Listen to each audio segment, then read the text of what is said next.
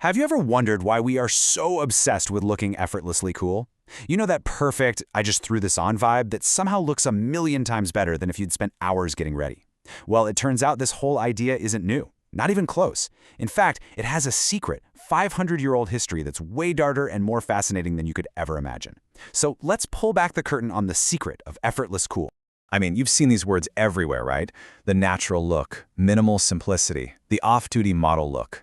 It's all part of this modern fear we seem to have, the terror of looking like you tried too hard.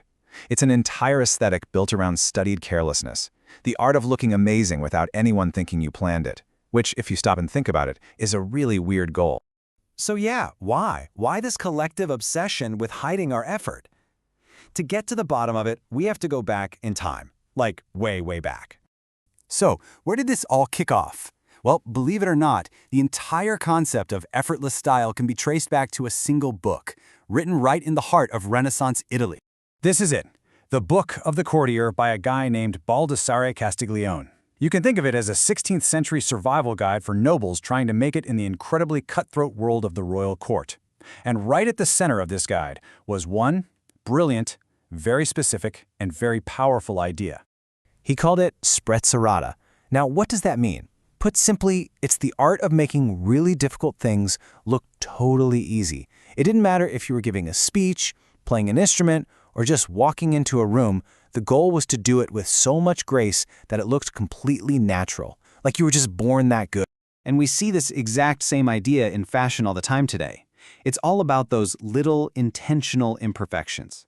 The tie that's just a little bit crooked, that one cuff button you forgot to do up. Wearing a watch over your shirt sleeve. It's all a calculated move that's designed to say, oh, I just threw this on. And yeah, I still look perfect. It's the modern way of concealing the art. But here's where this story takes a hard left turn. Was this really just about style? Was the original point of Sprezzatura just to look cool and effortless? The answer is a big, fat no. The original context was much, much more serious. This is where the story gets really dark. See, what we call aesthetics, they called survival. What we see as a personal style, they used as defense.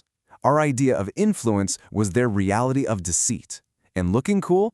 For them, that was all about hiding your terror. This was never a fashion trend. It was a survival tactic. To get why, you have to understand the world these people lived in. The Renaissance court wasn't just fancy parties and beautiful art. It was a gilded cage, and it was filled with danger around every single corner. It was a total culture of suspicion. Everybody was watching everybody else, all the time. Ambitious rivals were just waiting for you to show any sign of weakness they could exploit. And the rulers, they were paranoid, constantly spying on their own people, looking for the slightest hint of betrayal. One wrong move, one misplaced word, could mean you were socially ruined, or a whole lot worse. In an environment like that, Sprezzatura became something more than just an attitude. It became a weapon. It became a mask that you could never, ever take off. This quote just nails it. Sprezzatura was a form of defensive irony.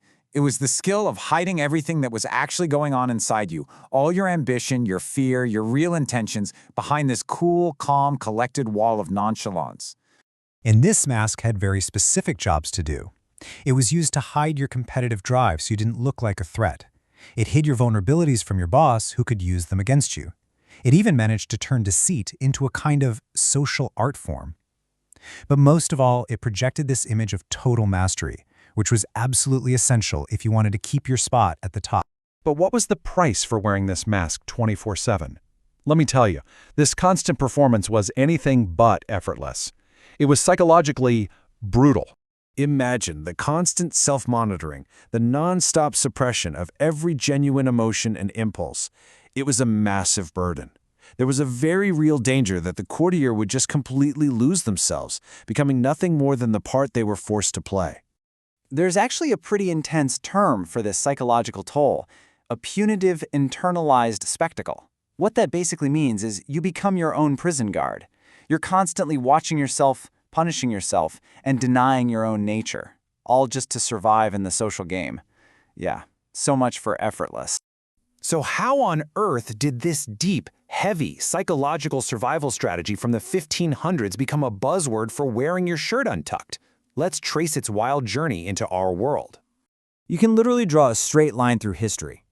After the courtier, the idea was picked up by the 19th century dandy with this whole "I'm bored by everything" act. Then it was reborn in the 1950s with Hollywood rebels like Marlon Brando and James Dean, who used simple, working-class clothes to show they didn't care about the rules. And boom, that brings us right back to today and our whole anti-try-hard thing. The core idea, projecting cool indifference, it's never really gone away. Okay, but here is the final and probably most surprising twist in this entire story. After 500 years of influencing Western culture, what does this classic Italian word actually mean to Italians today? The answer is nothing. It means absolutely nothing.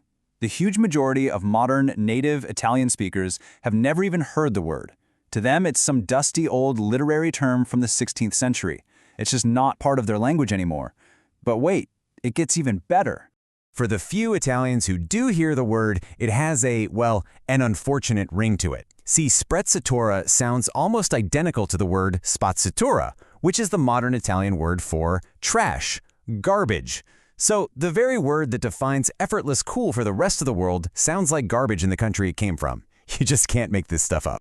And that leaves us with one final thought to chew on. From the Renaissance court to the Instagram feed, the stage has changed, but the performance, it just keeps going. In our world of carefully curated online lives, where we're all projecting this image of effortless success and happiness, aren't we all just modern-day courtiers, practicing our own version of Sprezzatura, hiding the effort, concealing the art, and just hoping nobody sees the strain behind the mask?